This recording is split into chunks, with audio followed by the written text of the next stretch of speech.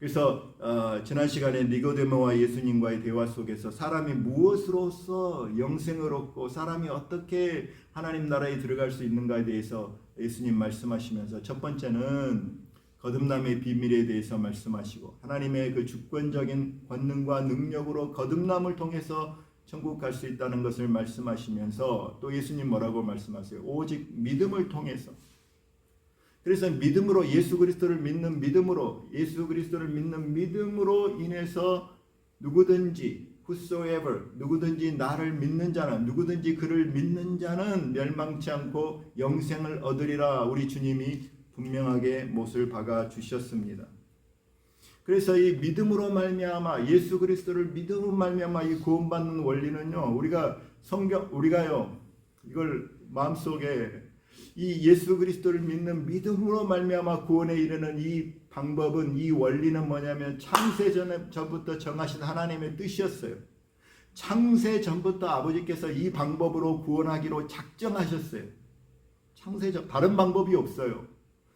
그래서 요한복음 6장 40절에 예수님 말씀하셨죠. 내 아버지의 뜻은 아들을 보고 믿는 자마다 영생을 얻는 이것이니 그 아버지의 영원하신 뜻이 영원 전부터 세워진 그 뜻은 뭐냐면 아들을 보고 믿는 자마다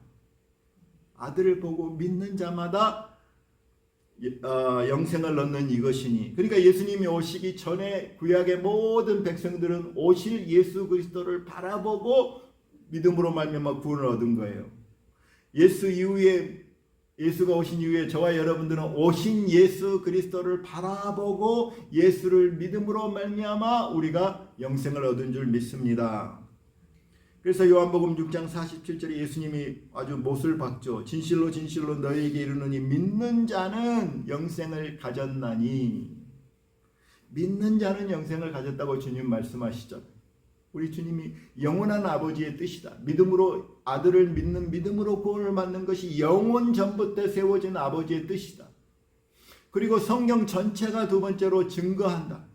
성경의 모든 인물들이 아브라함이 대표적이죠. 아브라함이 창세기 15장 6절에 아브라함이 하나님을 믿음의 여호와께서 이를 그의 의로 여기시고 그러니까 아브라함도 행위로 구원받은 것이 아니고 아브라함이 하나님을 그의 믿음을 그의 의로 여기셨다고 하나님이 선언하셨어요. 그래서 여러분 믿음으로 구원받는 건 구약이나 신약이나 그 성경 전체의 증거를 받는 믿음을 통해서 우리가 의롭게 되고 믿음을 통해서 우리가 구원받고 영생을 받는다고 말씀하세요. 하박국서 2장 4절 보면 선지자들을 통해서도 하나님 하신 말씀 뭐냐면 나의 의인은 믿음으로 말미암아 살리라. 믿음으로 말미암아 산다는 거예요. 그래서 성경 전체에서 영원 전부터 또 성경 전체에서 우리 예수님이 친히 말씀하신 것은 우리가 어떻게 죄인된 우리가 어떻게 하나님 앞에 의롭다함을 받고 우리가 영생을 함을 얻고 천국을 갈 수 있을까? 예수 그리스도를 믿는 믿음으로 가능한 줄 믿습니다. 그래서 이 원리를 발견하고 오직 믿음, 솔라 피데, 아주 오직 믿음의 방법이에요. 믿음 아니고 행위, 믿음의 반대말은 행위란 뜻이에요. 세상 모든 종교가 행위로 구원받고 공로로 구원받고 자격으로 구원받는다고 말해요. 그러나 오직 우리 믿는 기독교만이 오직 예수님만이 오직 믿음으로 말미암아 saved by faith, saved by grace. 이게 인간의 생각과 너무나 다른 말이에요. 니고데모의 생각과 너무나 다른 말이에요. 인간의 논리와 인간의 감정과 인간의 이성이 너무나 다른 말이에요. 누구든지 예수를 믿는 믿음으로 구원받는다. 이거 사람들이 안 좋아해요. 특별히 누가 더 안 좋아하느냐? 종교적으로 열심히 있는 사람일수록 안 좋아해요. 이해되십니까? 그러나 저와 여러분처럼 공로 없는 죄인은 할렐루야예요. 공로 없는 죄인은 할렐루야. 주님, 우리는 공로가 없는 죄인은 우리가 어떻게 구원을 받겠습니까? 오직 믿음으로 구원받는다. 할렐루야. 너무 기쁜 소식이에요. 아멘이십니까? 여러분 사도행전 잘 보면 누가 예수를 잘 믿느냐? 유대인들이 안 믿어요. 가는 데마다. 경건한 이방인들이 예수를 믿는 거예요. 경건한 이방인들이 예수를 잘 믿는 거예요. 아이고 유대인처럼 달라니까 너무 힘든데 그냥 예수님 믿기만 하면 구원받다니까 아이고 이보다 더 좋은 구원의 소식이 어디 있어요. 바울이 전할 때마다 이방인들이 경건한 이방인들이 예수를 믿고 예수님을 영접한 것을 우리가 보게 됩니다. 자, 그러면서 17절에 이제 이렇게 질문합니다. 17절에 만일 우리가 예수 그리스도 안에서 의롭게 되려 하다가 죄인으로 드러나면 어떻게 하느냐? 그리스도께서 죄를 짓게 하는 자냐? 여러분, 우리가 율법을 열심히 지켜서가 아니고 이제 예수 그리스도를 믿음으로 이제 구원을 받고 의롭게 하면 됐다 그러면은 그리고 나서 죄를 지으면 어떡하냐? 과거에 저 사람들은 죄를 짓지 않으려고 막 율법을 지키고 노력하고 그래서 겨우 그 죄를 짓지 않는데 이제 네가 그냥 예수 그리스도를 믿는 믿음으로 구원을 받고 의롭다함을 입었으니까 율법 안에서 자유한 삶을 살다가 이제 죄인으로 드러나면 그러면 누구 책임이냐 이 말이에요. 그리스도 책임이냐? 그리스도가 너 죄를 짓게 한 거냐? 왜냐하면 나를 믿기만 하라고 그러면 구원 받는다고 말했으니까 예수 믿고 나서 여전히 죄 가운데 죄를 지으면 그러면 그 죄를 짓게 한 그 원인이 바로 예수 그리스도가 죄를 짓게 하는 거 아니냐? 이해가 되십니까? 그렇게 이렇게 질문하면서 여기 17절 마지막 부분 보면 결코 그럴 수 없느니라. 결코 그럴 수 없다. 새로운 삶의 방식에 대해서 이야기인 거예요. 여러분 유대인의 삶의 방식이 있고 이방인의 삶의 방식이 있는데 이제 예수를 믿어서 믿음으로 의롭다 하심을 받은 사람은 삶의 방식을 설명하면서 결코 예수 믿고 의롭게 되어서 이제 율법과 상관없이 율법에서 자유하게 된 사람이 계속적으로 죄를 지으면 그리스도가 죄를 짓게 하는 것이냐? 결코 그렇지 않다. 그럼에도 불구하고 죄를 짓는 건 누구 책임이다? 자, 18절 보면 만일 내가 헐었던 것을 다시 세우면 내가 나를 범법한 자로 만드는 것이라. 내가 스스로 나를 범법한 자로 만드는 것이라. 내가 헐어버렸던 것을 다시 세우고. 그걸 좀 더 구체적으로 설명한 것이 19절부터입니다. 그게 무슨 말이냐? 내가 율법으로 말미암아 율법에 대하여 죽었나니 이는 하나님에 대하여 살려 함이라. 그러니까 율법으로 자기가 죽었다고 말씀하고 있어요. 그래서 여기 이제 위대한 저와 여러분이 하는 위대한 믿음의 고백이 20절입니다. 이 모든 사람의 고백이 저와 여러분 보면요, 이 고백이 이게 아주 리트머스 페이퍼처럼 이 고백이 분명할 때 그리스도인의 삶의 방식이 분명한 거예요. 제가 이렇게 이 말씀은요, 이 한 절 말씀은 이 말씀에 대한 이해와 고백이 분명하지 않으면 크리스찬의 삶에 대해서 이렇게 흔들려요. 그래서 오늘 좀 구체적으로 이 말씀을 좀 보기를 원합니다. 여러분, 우리는 믿음으로 구원 받았어요. 아멘? 그럼 구원 받은 이유는 어떻게 사느냐 이 말이죠. 그리스도인의 삶의 방식에 대해서 오늘 이제 믿음으로 구원 받았어요. 믿음으로 이제 의롭다함을 받았어요. 그래서 이제 구원 그 이유는 어떻게 사는가, 그 부분이 굉장히 중요한 삶의 방식이에요. 그때 바울이 이제 새로운 삶의 방식에 대해서 말씀하면서 20절 말씀 보면 첫 번째로 여기 고백이 그 세 가지가 나와요. 첫 번째 고백은 뭐냐면 내가 그리스도와 함께 십자가에 못 박혔나니 그런즉 이제는 내가 산 것이 아니다. 이 고백이죠. 여러분, 이 고백에 대해서 우리가 아멘할 수 있어야 될 줄 믿습니다. 여러분, 이 바울이 십자가에서 이루신 하나님의 그 놀라운 비밀을 본 거예요. 여러분, 우리가 예수님이 십자가를 보면 십자가에 달린 것이 뭐였습니까? 예수님이 죽으시고 십자가에 달려 있는 거 지금 보이세요? 십자가에 달려 있는 거. 우리는 처음에 예수 믿으면서 대속의 십자가, 예수님의 십자가가 저와 여러분을 위한 죄를 모두 담당하고 대속의 십자가를 믿기 때문에 우리가 예수님의 십자가를 바라볼 때 내 죄도 거기 걸렸다. 과거, 현재, 미래의 모든 죄가 거기에 걸려 있다고 우리는 믿는 거예요. 그렇잖아요. 예수님은 저와 여러분의 대표자가 되시고 둘째 아담이 되시고 마지막 아담이 되시고 우리의 대표자로서 우리의 모든 죄를 담당하시고 과거와 현재와 미래의 모든 죄를 담당하시고 십자가에 죽으셨기 때문에 예수님의 십자가를 통해 바라볼 때 우리는 우리 과거, 현재, 미래의 모든 죄들, 율법의 모든 저주와 심판을 예수님이 받으셨기 때문에 나의 죄도 그 안에 다 걸려 있는 거예요. 근데 여기서 한 발짝 더 나가야 돼요. 더 나가는 건 뭐냐면 여기 보면 이제 바울이 자기 자신을 어떻게 고백하냐면 나는 그리스도가 십자가에 못 박혀 죽을 때 나도 그리스도와 함께 십자가에 못 박혔다. 여기 보면 이제 대속의 십자가가 아니고 여러분 대속의 십자가는 대표 원리죠. 누군가 나를 대신해서 나를 대표해서 그 동전의 양 앞면 뒷면처럼 예수님의 십자가가 이쪽에서 보면 대속의 십자가고 이쪽에서 보면 이쪽에서 보면 연합의 십자가예요. 왜냐하면 우리가 예수님과 연합되어 있기 때문에 그래요. 여러분 우리가 이렇게 월드컵에서 한국이 나가서 월드컵 우승을 했어요. 경기에서 이겼어. 그러면 저와 여러분 좋아합니까? 안 좋아합니까? 좋아하죠. 왜 좋아합니까? 그들이 우리의 누구기 때문에? 대표이고 대표 원리 때문에 그들이 이긴 건 내가 이긴 거예요. 그들이 이긴 건 대한민국이 이긴 거예요. 또 우리가 그들 속에 그들은 그 축구 선수들은 우리의 대표지만 또 우리는 대한민국이라는 그 이름을 걸고 나간 그들 속에 저와 여러분이 대한민국의 일원으로 그들과 함께 어떻게 돼 있어요? 연합이 되어 있어요. 그렇잖아요. 우리가 그 대한민국에 연합이 되어 있기 때문에 우리도 그들이 지면 우리도 진 것 같고 그들이 이기면 우리도 이긴 것 같은 거예요.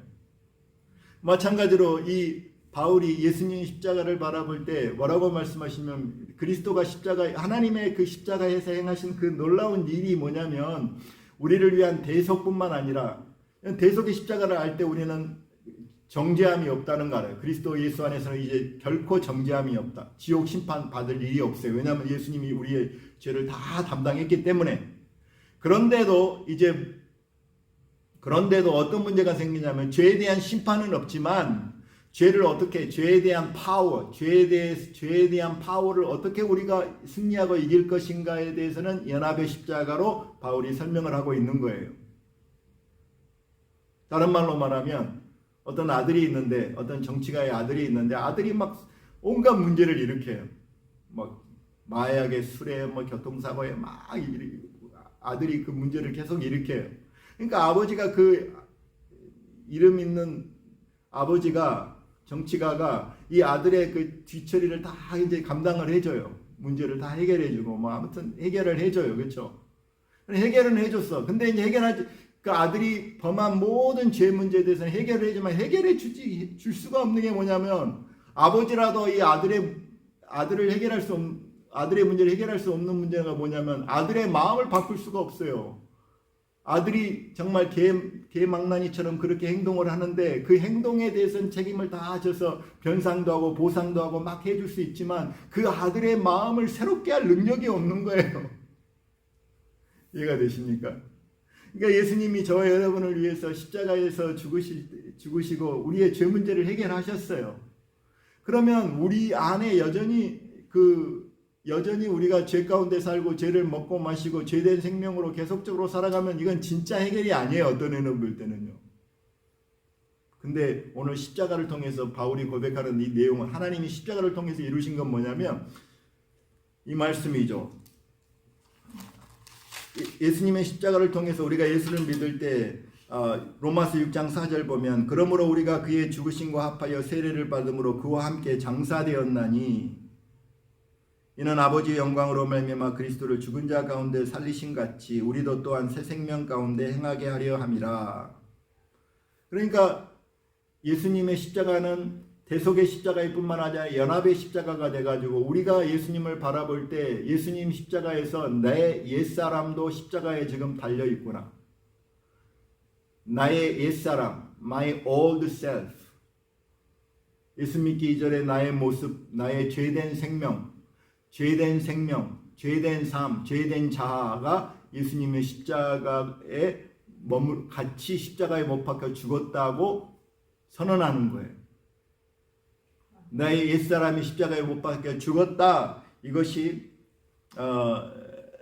그 믿음의 선언이에요. 그것이 우리가 세례 받을 때 물속에 들어가면서 그리스도와 함께 장사가 되고 물속에서 나오면서 그리스도와 함께 일으킴을 받았다는 영적으로 이루어진 사실을 눈에 보이도록 이렇게 의식으로 이렇게 눈에 보이도록 의미를 갖도록 해주는 것이 세례예요. 그러니까 세례는 장례식인 동시에 생일날이죠. 아주 태어나는 날이죠. 그러니까 우리가 예수를 믿을 때 바울이 고백처럼 첫 번째는 나의 옛사람은 이제 끝났어. 옛 생명, 죄를 사랑하고 죄를 먹고 마시고 죄를 좋아하고 그냥 예수님을 알지 못하고 그런 내 생명은 하나님이 십자가에 못 박았기 때문에 이제 그 생명은 끝났다. 나는 죽었다. 이 고백이 첫 번째 고백이에요. 만약에 예수 그리스도 믿는 사람이 내 옛 생명은 이제 그리스도와 함께 주님이 아주 십자가에 못을 박았습니다. 죽었습니다. 이 고백을 우리가 할 수 없으면 결코 죄에서 승리하는 삶을 살아갈 수가 없어요.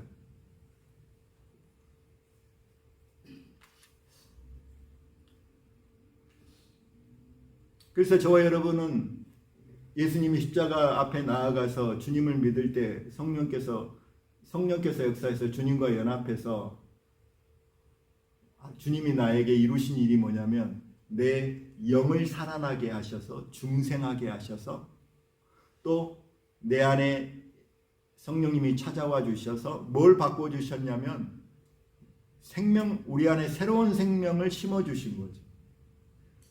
예수 그리스도의 생명으로 우리를 다시 거듭나게 하신 거예요. 다시 태어나게 하신 거예요. 이 사실을 우리가 깨달아야 돼요. 예수 믿는 사람은 그래서 여러분 이렇게 나무로 보면 뿌리가 있고 몸통이 있고 열매가 있잖아요. 근데 몸통이 똑같아. 몸통이 똑같고 열매가 있고 잎사귀가 있는데 이제 뿌리가 바뀌었어. 뿌리를 근원을 바꿔버렸어. 이해가 되십니까? 근데 겉으로는 똑같은데 뿌리가 바뀌니까 이 나무는 새로운 피조물인 거예요. 새 나무인 거예요. 그러니까 우리가 예수 믿고 나서 IQ가 좋아진 것도 아니고 120대 된 IQ가 갑자기 180이 된 것도 아니고 아무튼 밀어나면 똑같이 밀어나고 스투피드하면 똑같이 스투피드하고 외모가 갑자기 미스 코리아가 된 것도 아니고 똑같아요. 똑같은데 그러니까 나는 옛사람이나 지금이나 똑같다 이렇게 생각하면 우리가 주님이 십자가에서 이루신 사실을 우리가 깨닫지 못한 거가 되는 거죠. 나는 주님이 새로운 피조물로 아주 내 영이 주님 안에서 새로워졌다는 거죠. 내 영 안에 성령님이 오셔서 내 표현으로 말하자면 성령님이 우리 영혼을 감싸고 성령님과 우리 영은 하나로 연합되어 있어요. 그래서 우리 영은 성령님으로부터 계시와 지시와 인도를 받고 주님과 컨스턴한 계속적인 펠로십이 일어나는 것이 우리의 영의 영역에서 일어나는 일이에요. 그래서 첫 번째 이 고백이 좀 이제 나는 과거에 살았던 삶의 방식은 이제 끝났다. 과거의 삶의 방식에 나는 이제 새로운 피조물이야. 그리스도 예수 안에서 새로운 피조물이야. 나는 과거에 있는 네가 하는 과거에 사울은 죽었어. 똑같은데 지금 똑같은 사람이 살아있는데 그 사람은 없어. 그 사람은 죽었어. 내 내면이 born again 됐어요. 그리스도의 새 생명으로 born again 됐어. 이제 그 고백으로 넘어가는 거죠. 두 번째 고백은 뭐냐면 이제 내가 산 것이 아니요 오직 내 안에 그리스도께서 사신 것이라. 이제 이 두 번째 고백이 또 너무나 중요합니다. 여러분 예수 그리스도를 믿는 저와 여러분이 이제 내 안에 그리스도께서 사십니다. 이 고백을 못하면 아직 그리스도인이 된 게 아니에요. 왜냐하면 그리스도의 영이 없는 자는 그리스도인이 아니라고 로마서 8장에 바울이 분명히 말씀하세요. 저와 여러분이 참 그리스도인이라면 그 그리스도인의 증거가 많으면 그리스도의 영이 거하는 사람만이 그리스도인인 거예요. 그리스도의 영이 거하지 않으면 그리스도인이 될 수가 없는 거예요. 그러니까 두 번째 고백은 뭐냐면 이제 내 안에 그리스도께서 But Christ lives in me. 내 안에 그리스도께서 사신다. 이 고백이 저와 여러분의 고백인 줄 믿습니다. 여러분, 우리가 이 고백을 제대로 못하면 그 고백을 제대로 못하면 제대로 삶을 잘 살 수가 없어요. 우리 많은 이렇게 교제를 하다가 성도 여러분, 우리가 이렇게 어떠한 정확한 개념을 갖기 위해서 정확한 언어를 사용을 해야 돼요.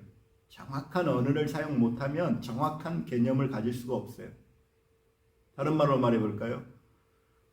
이런단 말이에요. 우리가 신앙생활 하다가 죄를 범하고 막 분노를 하고 막 또 때로는 막 이렇게 불신자처럼 막 행동을 할 때가 있잖아요. 우리가 예수 믿고 나서도. 그러면 이렇게 고백하는 거예요. 옆에서 뭐라고 하냐면, 여전히 살아있네. 옛사람이 여전히 살아있네. 이렇게 말한단 말이에요. 그러면 또 이렇게 고백해요. 그래도 많이 죽었어요, 목사님. 옛날보다 많이 죽었어요. 옛날보다 많이 죽었어요. 옛사람이 맨날보다 많이 죽었대요. 여전히 살아있네. 여전히 시퍼렇게 살아있네. 옛사람, 지금 뭐예요? 그러면 옛사람을 죽이려고 계속 노력하죠. 죽이려고 하는데 자꾸 잘 안 죽어요. 맨날 이렇게 말로 반응을 한 거예요. 이 말이 뭐냐면 정확한 단어, 언어를 사용 안 하는 거예요. 다른 말로 말해 볼까요? 여러분, 우리가 이렇게 예수 믿고 나서도 이렇게 예수님 생명을 나타내는 것처럼 하는 게 아니고 과거 옛사람의 습관과 옛사람의 죄가 우리 삶 속에 남아있어서 그것이 자꾸 드러날 때 우리는 어떻게 고백해야 될까요? 옛사람은 죽었어요. 이렇게 고백을 해야 돼요? 아니면 옛사람은 여전히 살아있어요. 이렇게 고백해야 돼요? 이때 저와 여러분이 옛사람은 그냥 죽어가고 있어요. 옛사람이 여전히 시퍼렇게 살아있어요. 이렇게 고백하면 저와 여러분은 믿음의 사람들이 아니에요. 왜냐하면 저와 여러분의 고백이 진리에 합당한 고백을 한 것이 아니고 우리의 감정과 우리의 생각에 동의를 해서 우리는 속는 것이에요. 우리가 예수 안에 있기 때문에 넘어지고 쓰러지고 화를 내고 우리가 예수님 닮지 않은 모습이 있다 할지라도 이 옛사람은 죽었습니다, 주님. 이렇게 고백해야 될 줄 믿습니다. 주님, 이 생명은 끝났습니다. 내가 이렇게 사는 거 이제 주님 끊어놨습니다. 이렇게 사는 건 내가 속는 거고 나는 이렇게 살 자가 아닙니다. 이렇게 우리가 믿음으로 확실하게 고백을 해야 될 줄 믿습니다. 그러니까 여기에 대해서 확실한 단어, 개념을, 믿음을 갖지 못하니까 목사님 많이 죽어가고 있어요. 이렇게 고백한단 말이에요. 아직 덜 죽었구나. 예, 아직 덜 죽었어요. 오늘 주님 말씀은 십자가에서 아주 완료형으로 나는 십자가에 그리스도와 함께 십자가에 못 박혀 죽었다. 아멘이십니까? 바울이 죽어간다 표현 안 했어요. 이미 죽었어요. 그리고 내 안에 이제 그리스도께서 사세요. 그리스도께서 내 안에 사신 것이라. 자, 이게 제가 루터를 읽으면서 참 은혜 받았는데요. 마틴 루터가 이렇게 질문을 했어요. 누가 여러분의 마음속에 똑똑똑 이렇게 노크를 했어요. 여러분의 마음에 이렇게 마음의 문에 똑똑똑 노크를 하고 이 집에 누가 주인 노릇하고 있습니까? 누가 주인입니까? 이 집에는 똑똑똑 이렇게 물어보면 뭐라고 대답하시겠습니까? 여러분의 마음을 똑똑똑 누르면서 이 집의 주인 누굽니까? 이 집의 주인 노릇하면서 주인으로 사는 사람이 누굽니까? 이렇게 물어보면 이 말씀에 근거하면 이러는 거예요. 루터가 이렇게 고백하는 거예요. 이 집에는요 과거에 아주 흉악한 죄인이 살았어요. 흉악한 죄인 루터가 살았어요. 근데 그 흉악한 죄인 루터는 십자가에서 못 박혀서 죽어버렸고요. 이제 이 집의 주인은 누구냐니까 예수 그리스도십니다. 예수 그리스도가 오셔서 이 집의 주인 노릇하고 있습니다. 그래서 이 집을 이제 관리하고 운영하고 이렇게 다스리는데 옛날에 루터가 지 맘대로 지 성질대로 살았던 것과 전혀 다른 모습이 나타나기 시작합니다. 그러잖아요. 우리가 식당 같은 데도 보면은 주인이 바뀌면 under new management 아니 똑같아요. 겉으로 보면 겉모습은 하나도 안 바뀌었어. 그렇지만 언더 뉴 맨이지만 이걸 딱 써 붙였다는 건 그 속에 있는 게 바뀌었다는 거잖아요. 그러니까 이 바울이 고백하기를 내 안에 이제 똑똑똑 내 마음의 주인으로 사는 자는 이제 예수 그리스도십니다. 예수 그리스도가 주인이니까 그분의 생각이 존중되고 그분의 소원이 존중되고 그분의 뜻이 다스리고 그분의 마음이 다스리고 그분의 생각이 다스리는 이 마음의 집의 주인은 흉악한 죄인 루터가 아니고 예수 그리스도십니다. 아, 할렐루야. 그러면 루터는 그러면 어떻게 됐을까요? 십자가에서 처리를 받아서 죽었는데 여기서 끝나는 게 아니잖아요. 십자가에서 예수님이 죽으실 때 십자가에서 죽으시고 예수님이 부활하실 때 부활에 연합된 것처럼 이제 흉악한 그 죄인은 죽었어요. 근데 죽어가지고 가만히 여기서 끝난 게 아니고 여기서 끝이 아니에요. 예수님이 부활하심으로 그 부활에 연합을 시켜서 이 루터가 다시 거듭나게 다시 태어나게 했어요. 그래서 근데 다시 태어나게 하는데 옛날 루터의 옛 생명으로 태어나게 한 것이 아니에요. 죄된 생명으로 태어난 게 아니고 다시 태어나게 할 때는 이 예수님과 같이 살기 위해서 아주 예수님의 생명으로 새 생명을 주어서 태어나게 한 거예요. 그러니까 루터가 다시 살아났어. 그렇지만 이제 과거에 예전의 루터로 다시 태어난 게 아니고 이제 전혀 다른 새로운 루터로 태어난 거예요.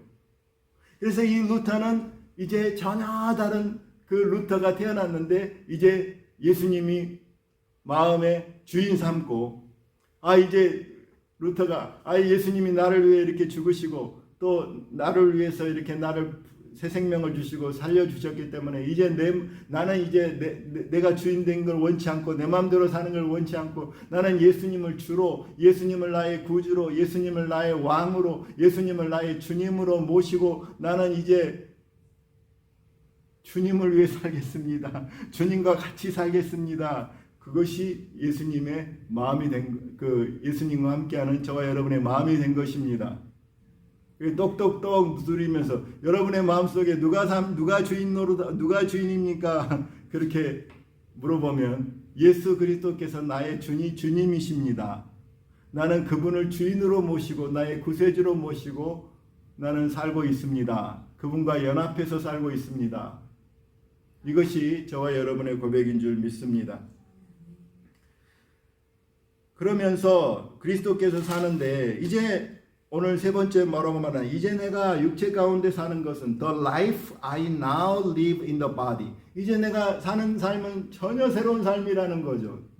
전혀 새로운 삶이 예수 믿고 이제 주님 안에서 거듭나서 예수님을 믿고 모시고 사는 삶은 어떤 삶이냐면 여기 보면 우리가 구원도 예수를 믿음으로 말미암아 구원을 받았지만 이제 오늘 바울이 놀라운 고백한 것은 이제 예수님을 믿는 이후에 구원 이후에도 오직 주님이 내 안에 사신 것이니까 이제 내가 이제 육체 가운데 사는 것은 나를 사랑하사 나를 위하여 자기 몸을 버리신 하나님의 아들을 믿는 믿음 안에서 I live by faith.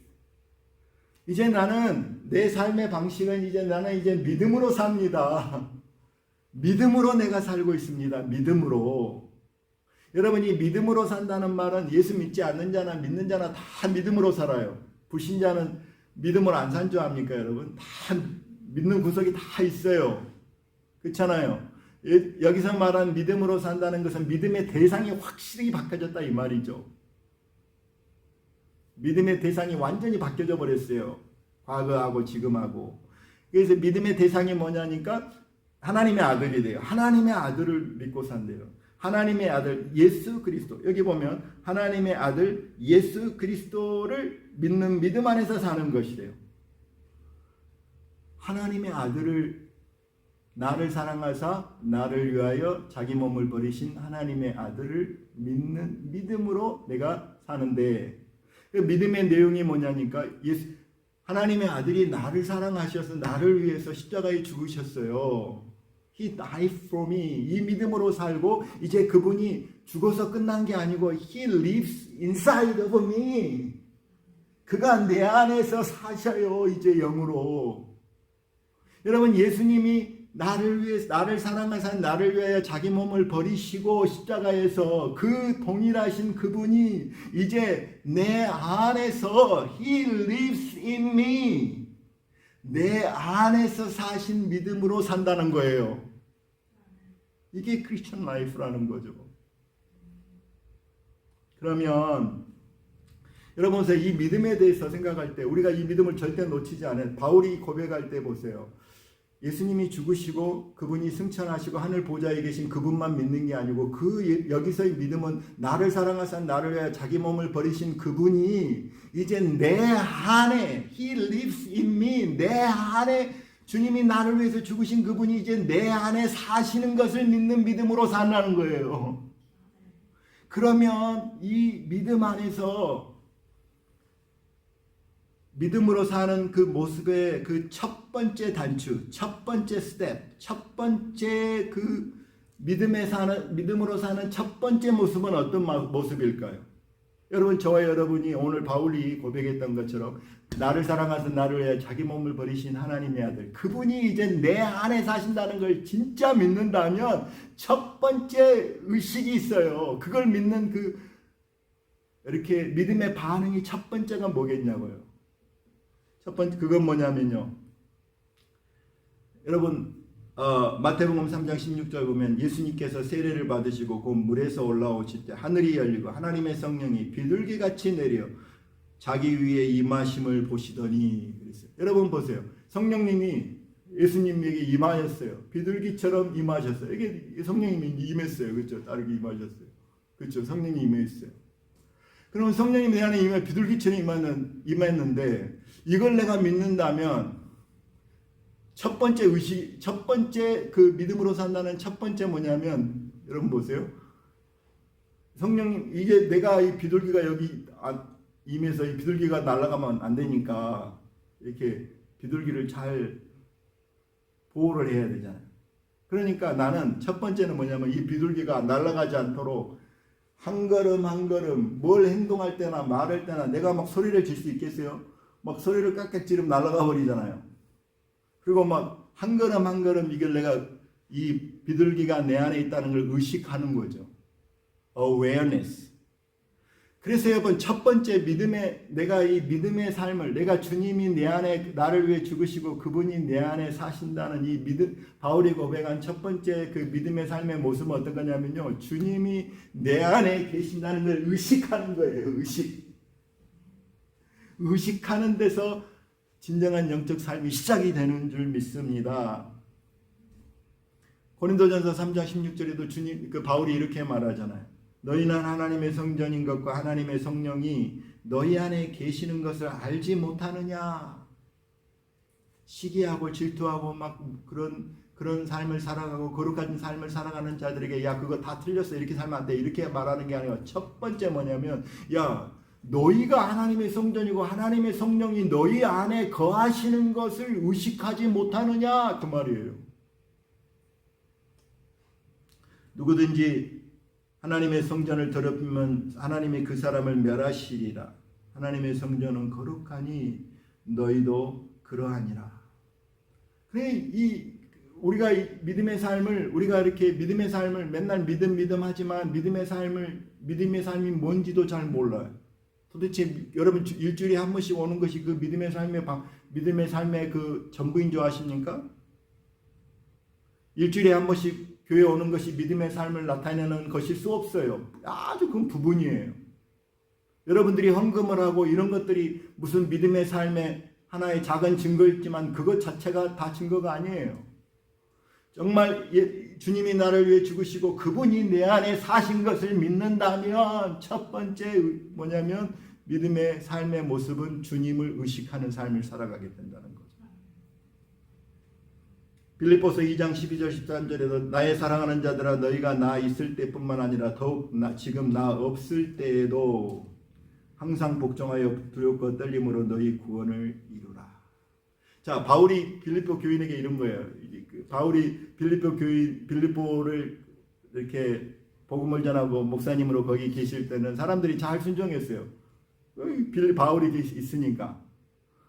바울이 없으니까 내 이제 뭐 우리를 가리키는 바울 사도께서도 안 계시니까 이제 그냥 이제 순종하지 않아도 뭐 알겠어? 바울이 그런 생각을 갖고 있을까 두려워해서 바울이 이렇게 기록한 거예요. 나의 사랑하는 자들아, 너희가 나 있을 때뿐만 아니라 더욱 지금 나 없을 때에도 항상 복종하고 두렵고 떨림으로 너희 구원을 이루라 하면서 뭐라고 말씀하시냐면, 너희 안에 행하시는 이는 하나님이시니 자기의 기쁘신 뜻을 위하여 너희에게 소원을 두고 행하게 하시나니. 항상 복종하고 두렵고 떨리는 마음을 가짐으로 항상 복종해서 복종하지 않으면 어떻게 해요? 죄 가운데 사는 거잖아요. 그런 것을 두렵고 떨림으로 갖는 그 근거가 뭐냐면, 너희 안에, 내가 너희 가운데 함께 있고 내가 멀리 있고 내가 있고 너희와 같이 있고 이것이 아니고 너희 안에 행하시는 이는 하나님이시니. 저와 여러분에게 하나님이 행하신다는 거죠. 하나님이 우리 안에서 성향을 바꿔주시고 소원을 주시고 우리 안에서 주님이 행하시는 것에 우리는 의식을 집중할 필요가 있어요. 여러분, 성령님이 우리 안에서 행하시고 우리 안에서 운행하신 것을 우리가 더 의식하고 인식하고 누려야 될 줄 믿습니다. 이게 첫 단추예요. 믿음으로 사는 삶이 첫 단추예요. 주님이 나와 함께 하시네. 이게 하면 너무 믿음 생활의 기쁨의 문이 열리는 아주 첫 단추예요. 주님이 이 상황에서 함께 하시는구나. 내 모든 형편을 아시는구나. 주님이 나와 함께 하시는구나. 왠지 내 안에 평안이 있구나. 기쁨을 주님이 내 안에 두셨구나. 이렇게 거룩한 소원을 하나님이 주셨구나. 주님이 나와 함께 한다는 걸 의식하는 거죠. 두 번째로는 믿음에 사는 삶을, 이제 두 번째 믿음의 삶을 사는 그 모습의 속에서 하나는 뭐냐면, 내 안에 계신 주님이 거하기 때문에 우리는 둘 중에 하나입니다. 하나는 주님을 멸시하든지 주님을 존중하든지 합니다. 그러니까 내 모든 삶이 주님을 존중하는 삶, 주의 이름을 거룩하게 여기는 삶으로 나타나고, 또 한편으로는 주님을 멸시하는 삶으로 나타납니다.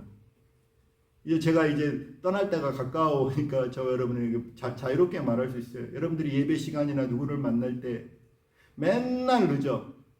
그럼 어떻게 생각하겠어요? 예를 들어서 1시에 만납니다. 그러면은 맨날 늦어. 나를 만나는데 맨날 늦게 와. 그러면 그거는 상대방을 멸시하는 것이 아니겠습니까? 이해가 되십니까? 우리는 내 안에 계신 주님을 존중하든지 멸시하든지 둘 중에 하나의 삶을 우리가 살고 있어요. 두 번째. 왜냐하면 성경에 너무나 많아요. 사무엘상 2장 29절 30절 보면 그 주님이 이렇게 말해요. 너희는 어찌하여 내 아들들을 나보다 더 중히 여겨서. 엘리 제사장 아들 홈리와 비느하스가 죄 가운데 하나님께 드리는 예배를 멸시하고 예배를 소홀히 여기고 멸시하니까 주님이 엘리 제사장에게 나타나셔서 책망을 하면서 하시는 말씀이 이거예요. 너희는 어찌하여 내 아들들을 나보다 더 중히 여겨서, 이러죠. 그러면서 주님 말씀하시기를, 나를 존중히 여기는 자를 내가 존중히 여기고 나를 멸시하는 자를 내가 경멸하리라. 다른 말로 말하면 우리 주님이 다 아세요. 내 안에 주님이 와 계시고 나를 사랑하사 나를 위해 죽으신 그분이 내 안에서 사시는데, 주님이 내 마음을 둘러보실 때 내 마음에 누구를 존중하는지, 존중하고 덜 존중하고 누구를 멸시하는지 주님이 아신다는 거예요. 여러분, 참 무서운 말입니다. 주님이 우리 마음을 살피셔서 너는 어찌 네 아들들을 나보다 더 존중히 여기느냐. 네가 마음으로 존중히 여기는 자를, 나를 존중히 여긴 자를 내가 존중히 하고 나를 멸시하는 자를 내가 멸시하리라.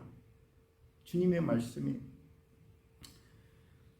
민수기 14장 11절에 여호와께서 모세에게 이르되 이 백성이 어느 때까지 나를 멸시하겠느냐. 내가 그들 중에 많은 이적을 행하였으나 어느 때까지 나를 믿지 아니하겠느냐. 이제 이 주님이 그들 가운데 하나님이 임재하셨어요. 성막으로 임재하셔서 저들 모임 속에 주님이 함께 하신다는 걸 여러 가지로 보여주셨어요. 근데 주님이 뭐라고 말씀하면 그들이 주님을 믿지 않고 주님이 우리와 함께 계셔서 우리를 보호하시고 지키시고 우리에게 말씀하신 그분을 믿지 않은 것, 우리 안에 우리와 함께 임재해 계신 것을 믿지 않으니까 그것을 뭐라고 말하냐면 주님은 멸시한다고 말했어요. 우리가 누군가 같이 사는데 그 사람이 있는지 없는지 없는 사람처럼 취급을 하면 그 사람을 멸시하는 거 아니겠습니까? 그렇잖아요. 제가 여러분 집에 이렇게 들어가 사는데 나를 봐도 내가 살아도 없는 사람처럼 여긴다 그러면 그건 나를 멸시하는 거죠. 그러니까 예수님이 그들 모임 속에 있는데 문제가 생기면 예수님 어떡합니까? 예수님 앞에 가져오기도 하고 예수님 의지하기도 하고 예수님 바라보기도 하고 그냥 그래야 되는데 예수님이 말에도 순종하지 않고 그냥 믿지 않고 그러니까 주님이 멸시를 받은 거예요. 너무나 많아요. 말라기서 1장 6절도 여기 보면은 내 이름을 멸시하는 제사장들아 내가 아버지일진데 나를 공경함이 어디 있냐 내가 주인일진데 두려워함이 어디 있느냐 그렇게 말하나 너희는 이르기를 우리가 어떻게 주를 멸시하였나이까 하는도다. 그러니까 말라기서도 보면 뭐라고 하냐면 주님이 제사장들에 하여 야 이 나를 멸시하는 제사장들아 이게 참 무서운 말이잖아. 네가 나를 멸시하고 있어. 멸시한다는 거예요. 그러면서 뭐라고 말하냐면 네가 드리는 그 예배의 예물을 들어봐라. 그걸 총독에게 가져다 줘봐라. 상한 거, 온전한 것 드리는 게 아니고 쓸데없는 것, 더러운 것, 최선의 것을 드리지 않는 것에 대해서 그러는 거예요. 여러분 저는 여기서 할 때 그러니까 범사에 우리는 주님을 멸시하는 성향이 너무나 많이 있는 거죠. 주님이 없는 것처럼 행동하고 주님이 안 들으시는 것처럼 말을 하고 그러면서도 우리의 문제는 뭐냐면 우리가 주님을 멸시하고 있고 우리가 주님을 슬프게 하고 있는 것도 몰라. 이것이 저와 여러분의 돌이키고 회개해야 될 부분인 줄 믿습니다. 그리고 에베소서 그 요한계시록 2장 4절에 중요한 말씀이에요. 내가 너희를 책망할 일이 있나니 너희 처음 사랑을 버렸느니라. 그러니까 주님이 요구하는 건 our first love. 처음 사랑. 주님이 우리의 마음을 보시면서 여러분 우리 마음에 가장 존중 여기고 가장 귀히 여기고 가장 그 첫 번째 자리 first place, first love 어디로 가는지 다 알아요. 우리 주님. 그렇기 때문에 오늘 두 번째 모습 속에 우리가 주님을 의식하기 시작하고 우리가 믿음으로 산다는 건 주님을 의식하고요. 첫 번째 단추가 의식한다면 두 번째는 뭐냐면 우리가 그 주님을 존중하는 삶을 살아야 될 줄 믿습니다. 마음의 첫 자리에 모시고 매일마다 그래요.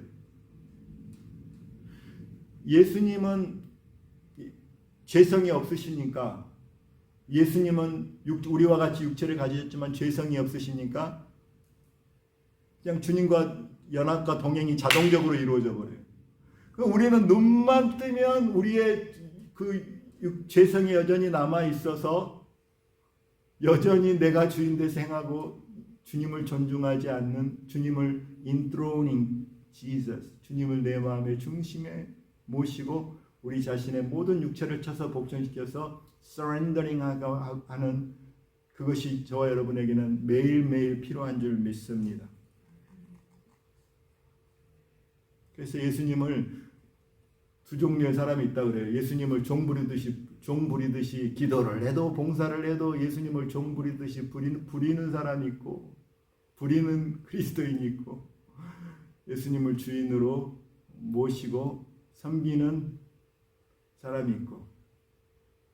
그래서 내 안에 그리스도, 내 믿음으로 산다는 것이 의식하든지 의식하면서 못 의식하면서, 존중하면서 아니면 멸시하면서. 세 번째 마지막 부분인데요. 여러분 다시 한번 마지막으로 요한계시록 3장에 보면 그 라우디게아 교회에게 하는 말씀이에요. 3장 20절에 보면 볼지어다 내가 문 밖에 서서 두드리노니 누구든지 내 음성을 듣고 문을 열면 내가 그에게로 들어가 그와 더불어 먹고 그는 나와 더불어 먹으리라. 이 말씀을 불신자에게 사용되는, 불신자가 예수 믿을 때 이렇게 불신자에게 사용되는 말씀으로 많이 우리가 이용했지만 그렇게 해도 저는 맞다고 생각해요. 그러나 이 말씀은 불신자에게 주신 말씀이 아니에요. 믿는 자에게 주신 말씀이에요. 믿는 자에게 주신 말씀이, 이 말씀 뭐냐면 주님이 안에 들어와 계셔요. 근데 문을 딱 닫고 있어요. 그러니까 마치 우리가 이렇게 결혼 생활 하다가도 이제 나이가 들고 서로 좀 귀찮고 싫어지는 마음이 있으면 우리 각방 쓰자, 나 들어오지 마. 그리고 이제 문을 딱 닫아놓고 이렇게 함께하지 않잖아요, 그렇죠? 그것처럼 오늘 말씀 보면 예수님 문 밖에 세워두셨어요. 예수님 문 밖에 있어요.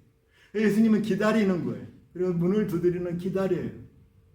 그리고 여기 보면 이제 문을 열면, 네가 문을 열면 주님이 약속하면 내가 들어가서 너와 더불어 먹고 너는 나와 더불어 먹으리라. 이 테이블 톡, 이 테이블 교제는 아까 바울이 이방인들과 이 교제 속에서 이 주님이 나와 더불어 먹고 우리가 주님과 함께 더불어 먹는다는 이 이미지는 뭐냐면 아주 친밀한 교제요, 대화요, 또 사귐이에요.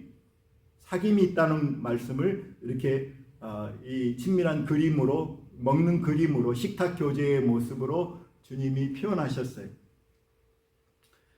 그러니까 이 말, 다른 말로 말하면 우리는 예수님을 마음속에 모시고 예수님을 의식하면서 우리는 예수님을 이렇게 우리 안에 계신 주님을 사랑하고 늘 존중하는 마음으로 이제 모시고 사는데, 주님이 원하시는 건 뭐냐면 우리와 같이 연합하기를 원하고 우리와 같이 마음을 나누기를 원하시고 교제하기를 원하세요. 여기 보면 참 이게 하나님의 은혜예요. 근데 우리는 마음 문을 갖다가 딱 주님 안에서 닫아놓고, 주님 이거 간섭 마세요. 이거 주님, 이건 내 마음대로 내 뜻대로, 이 시간에는 내 뜻대로 내 마음대로, 아주 그냥 주님께 그 마음의 벽을 딱 내려놓고 이렇게 사는 모습이에요.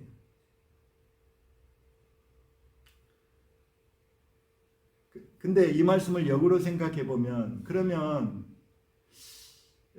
주님이 원하시고, 주님이 여기서 문 밖에 서서 기다리고 계신 주님이 원하시고 너희가 누릴 수 있는 축복은 뭐냐면, 야 네가 마음문을 열면 내가 너와 함께 먹고 너는 나와 함께 먹으리라. 이 말씀은 뭐냐면 그 사귐의 그 서로의 교제에, 우리 집사님이 기도한 것처럼 임마누엘의 펠로십, 임마누엘 되신 분과의 그 펠로십이 계속된다는 거잖아요, 그렇죠? 그래서 제가 마지막으로 이제 적용을 하면서 저와 여러분이 이거 하나가 되면 이게 다 되는 것 같아요. 관계에서 믿음으로 산다는 게, 바울이 그렇게 살았어요. 쉬지 말고 기도하라고 말씀하시면서, 여러분 우리 안에 계신 주님은 이제 우리를 종으로 부르시는 게 아니고 우리를 신부로 부르셨잖아요. 그러니까 신부를 사랑하고 신부와 하나가 되기를 원하고 신부와 사귐을 갖고 연합을 갖기를 더 주님이 원하세요. 그렇잖아요. 그러니까 우리가 일상의 삶을 살 때에, 우리가 저와 여러분 일상의 삶을 살 때, 야 시간 돼서 막 이렇게 정시로 기도하는 것도 중요해요.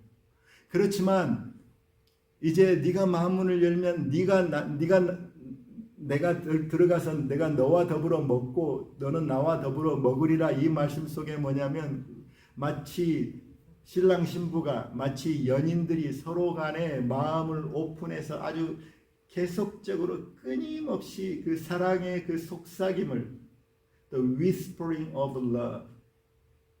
이 젊은 사람 보니까요, 부부가 이렇게 젊은 부부가 이렇게 가면서 신혼 때 이렇게 보면 뭐 소리 서로 대화할 때 막 예알링하고 소리치고 막 악쓰고 그렇게 커뮤니케이션 하는가요? 둘이서 그냥 서곤서곤 아주 사랑의 위스퍼링이 계속되는 것. 그렇잖아요. 그래서 저와 여러분이 오늘 주님과 주님을 주님 내 안에 나를 사랑하신 그분이 내 안에 내가 주 안에 있게 된 이 믿음으로 삶의 모습에 저는 가장 아름다운 모습이 어떤 모습인가 생각할 때 결론적으로 주님과의 그 사랑의 속삭임이 계속되는 사람. 물론 이 사랑의 속삭임 속에는 회개도 있어요. 그리고 의지함도 있어요. 간구도 있어요. 그리고 찬양도 있어요. 감사도 있어요. 노래도 있어요. 그러나 그 10년 가운데 주님과 신랑 되신 주님과 신부와 신랑과의 관계에서 사랑의 속삭임이 계속되어지는 삶. 주님과 함께 먹고 주님은 나와 더불어 나는 주님과 함께 그 사랑의 속삭임이 계속되어져서 임마누엘의 펠로우십의 은혜가 계속되어지는 것이 저는 믿음의 삶의 가장 중요한 부분이 아닌가 이렇게 생각이 됩니다.